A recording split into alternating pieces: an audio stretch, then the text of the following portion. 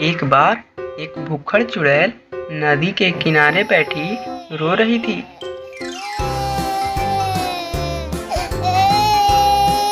उसे रोता देख एक तांत्रिक बाबा उसके पास आए और उससे पूछा, क्या हुआ भूखड़ दीदी, क्यों रो रही हो? भूखड़ चुड़ैल बोली, क्या बताऊं बाबा, एक आदमी डंडे लेके मेरे पीछे पड़ा है। यदि उसने मुझे देख लिया तो मुझे डंडे मार मार के मेरी जान निकाल लेगा। चुड़ैल की बातें सुनकर तांत्रिक बाबा जोर जोर से हंसने लगते हैं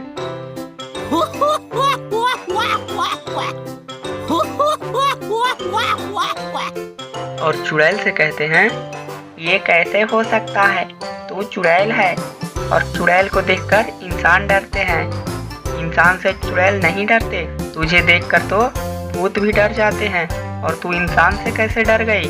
चुड़ैल बोली, नहीं बाबा, वो इंसान नहीं, पहलवान है। मैंने भी यही सोचा था कि वो मुझे देखकर भाग जाएगा, लेकिन मैं जैसे ही उसे डराने गई, उसने मुझे इतना जोर का डंडा मारा कि मैं गिरकर बेहोश हो गई। और जब मेरी आंख खुली तो वो इंसान डंडा लिए मेरे सामने खड़ा था और मैं पेड़ से बंधी हुई थी। तांत्रिक बाबा चुड़ैल से पूछते हैं, फिर क्या हुआ और तुम बच कैसे गई? रात को इंसान जब सो रहा था तो मैं चुपके से वहां से भाग गई।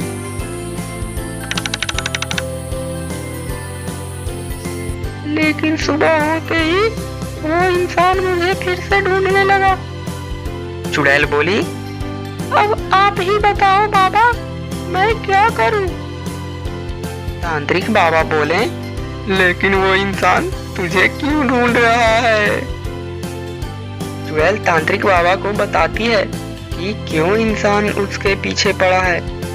तुम जानना चाहते हो कि वो इंसान मुझे क्यों मारना चाहता है? तो सुनो। एक दिन जंगल में मैं भोजन तलाश रही थी तो मुझे कुछ पके पके रसीले पपीते मिले और जब मैंने उन्हें खाया तो मुझे बड़ा मजा आया। वो फल इतने स्वादिष्ट थे कि मैं उनकी तलाश में एक गांव में चली गई और वहाँ बहुत सारे पपीते थे। मैं सबको खा गई।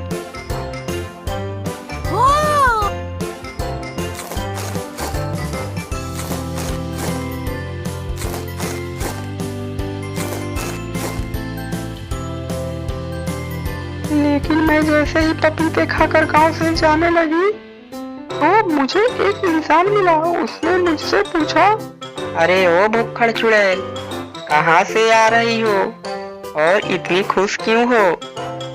मैं बोली, मैं तो एक पूरी पपीते की बगीचा खाकर आ रही हूँ और वो पपीते बहुत स्वादिष्ट थे। मुझे बहुत मजा आया। इतना सुनते ही वो इंसान बोला, भूखड़ चुड़ैल, तूने मेरे सारे पपीते चट कर लिए। अब बाजार में क्या बेचूंगा? रुक जा, मैं अभी तुझे बताता हूँ। तू क्या मुझे बताएगा? मुझे देखकर भूत भी डरते हैं। इतना कहकर मैं उसे डराने लगी। तभी उसने अपनी डंडा निकाला और मुझे इतना जोर का मारा कि मैं वहीं गिरकर बेहोश हो गई। चुड़ैल की बातें सुनकर तांत्रिक बोला, तो ये बात है। मैं तुम्हें एक जड़ी बूटी देता हूँ। इसे पानी में घोलकर सारे पपीते के पेड़ों की जड़ों में डाल देना। इससे उनमें रात भर में ही ढेर सारे फल उग जाएंगे और वो भी बड़े और रसीले। अब जा और पेड़ों को जड़ी बूटी दे, नहीं तो वो इंसान तुम्हें मार डालेगा। चुड़ैल ऐसा ही करती है। वह जाकर चुपके से सारे पेड़ों को जड़ी बूटी पिला देती है और सुबह तक वहीं छिपकर बैठी रहती है। सुबह जैसे ही सारे पपीते पक जाते हैं तो चुड़ैल जाकर इंसान को बताती है, इंसान भाई, देखो, मैंने तुम्हारे पपीते तुम्हें लौटा दिए।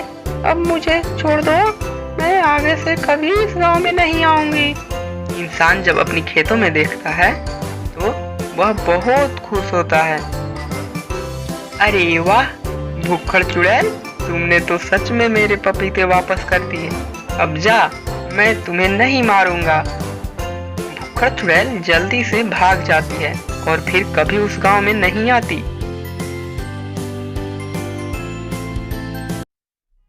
बहुत समय पहले की बात है। एक गांव में भोला नाम का एक लड़का रहता था। वैसे तो भोला बहुत ही समझदार और सीधा साधा था, पर वो जिद्दी बहुत था। यदि वो किसी जिद पे अड़ जाता तो वो उसे पूरा करके ही दम लेता। क्योंकि भोला बहुत मोटा था, इसलिए वो जहाँ भी जाता लोग उसकी मजाक बनाने लगते। अरे देखो देखो, हाथी आया। 5-6 लोगों का तो खाना ये अकेला ही खा जाता होगा। अरे हाथी भाई, देखना कहीं गलती से गिर मत जाना, नहीं तो ऐसे पट से गिरोगे और फट से धरती फट जाएगी और तुम चट से उसमें समा जाओगे। फिर खाते रहना जिंदगी भर मिट्टी। भोला को इन सब बातों से बहुत बुरा लगता और उसे गुस्सा भी आता, लेकिन फिर भी वो सबकी बातें चुपचाप सह लेता। एक दिन गांव में एक पहलवान आया। वो बहुत ताकतवर था और उसे अपनी ताकत पे बहुत घमंड था। पहलवान सारे गांव वालों को चुनौती दे रहा था। गांव वालों, मैं हूँ पहलवान जालिम सिंह और आज मैं तुम सबको ये चुनौती देता हूँ। मुझे जो भी हराएगा मैं उसे ये सारे धन दे दूंगा। लेकिन यदि तुम सब में से किसी ने भी मुझे नहीं हरा पाया तो मैं तुम सबको अपना गुलाम बना लूंगा और सारे गांव वालों को मेरा गुलाम बनकर रहना होगा। गांव वालों ने पहलवान की चुनौती स्वीकार कर ली, क्योंकि उनके पास और कोई रास्ता भी नहीं था।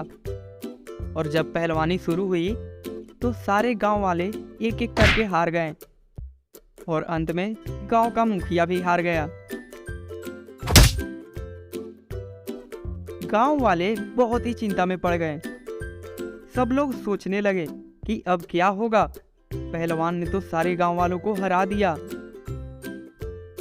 हे भगवान, अब क्या होगा?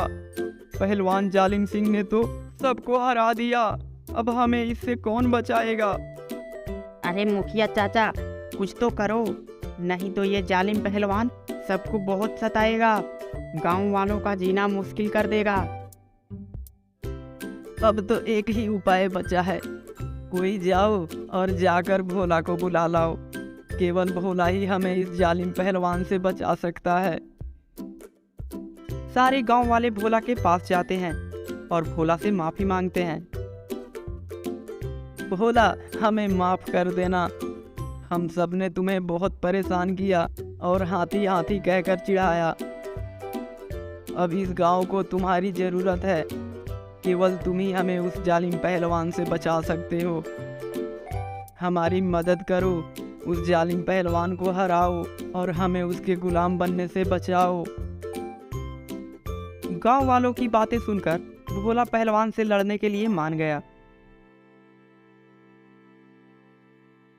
हाँ ठीक है, मैं सारे गांव वालों को उस जालिम पहलवान से बचा लूंगा, लेकिन इसके बदले मुझे क्या मिलेगा? तुम्हें जो चाहिए तुम ले लेना और अब से कोई भी तुम्हें मोटा या हाथी कहकर नहीं बुलाएगा। भोला गांव वालों के साथ गया और पहलवान से लड़ने लगा। भोला इतना मोटा था कि जालिम सिंह उसे हिला भी नहीं पाया। लेकिन भोला ने जालिम सिंह को एक हाथ से ही उठाकर फेंक दिया। जालिम सिंह की हड्डी पसली टूट गई और वो हार गया। फिर जालिम सिंह भोला से बोला, अरे यार भोला, तुम तो निकले बम का गोला और तुमने मेरे सारे हड्डी पसली चकनाचूर कर डाला। एक गांव में मोहन नाम का एक किसान रहता था।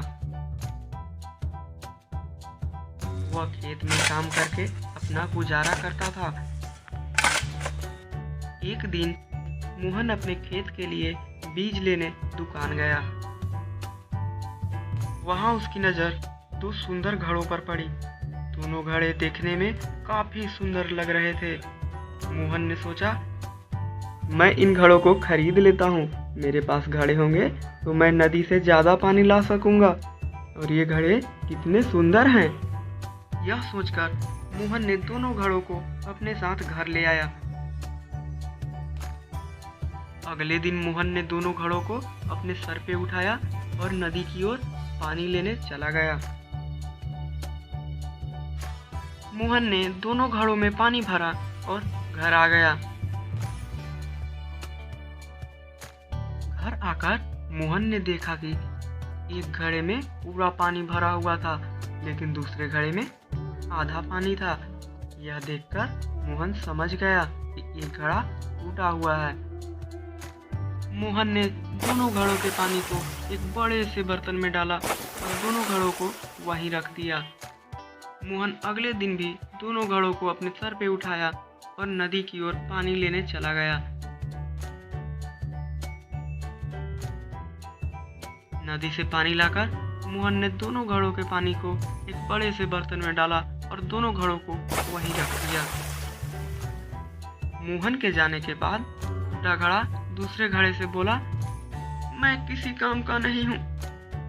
मैं रोज आधा पानी रास्ते में ही गिरा देता हूँ, फिर भी मालिक मुझे रोज नदी पर ले जाते हैं। यह सुनकर दूसरा घड़ा जोर जोर से हंसने लगा और बोला, हाँ, तुम किसी काम के नहीं हो। कुछ दिनों बाद मोहन जब दोनों घड़ों को पानी लाने के लिए नदी पर ले जाने लगा तो फूटा घड़ा मोहन से बोला, मालिक, आप मुझे मत ले जाओ। मैं किसी काम का नहीं हूँ। मैं फूटा हुआ हूँ। आप मुझे यहीं छोड़ दो। मैं आपकी मेहनत खराब नहीं करना चाहता। यह बात सुनकर मोहन फूटे घड़े से बोला, नहीं, तुम बेकार नहीं हो। तुम बहुत काम के हो। आते समय तुम रास्ते में लगे फूलों को देखना, उनसे तुम्हें अच्छा लगेगा। फूटा घड़ा मान गया। मोहन दोनों घड़ों को लेकर नदी से पानी लाने चला गया। आते समय फूटे घड़े ने रास्ते में लगे फूलों को देखा। उसे बहुत अच्छा लगा। लेकिन घर आकर फूटे घड़े ने जैसे ही अपने अंदर देखा तो वह फिर से उदास हो गया, क्योंकि आज भी उसके अंदर आधी पानी ही थी। मोहन ने फूटे घड़े से बोला, तुम उदास मत हो। तुम बहुत काम के हो। तुम अपने आप को कभी बेकार मत समझना। तुम भी बहुत काम के हो। जब मुझे पता चला कि तुम फूटे हुए हो और तुम्हारे अंदर से रास्ते में ही आधे पानी गिर जाते हैं, तो मैंने वहाँ पर फूल लगा दिए और वे फूल तुम्हारे अंदर से गिरे हुए पानी से खिलते हैं और मैं उन्हें बाजार में बेचकर अच्छी कीमत प्राप्त करता हूँ। यह बात सुनकर फूटे घड़े को बहुत अच्छा लगा और उसे एहसास हुआ कि वो भी बहुत काम का है।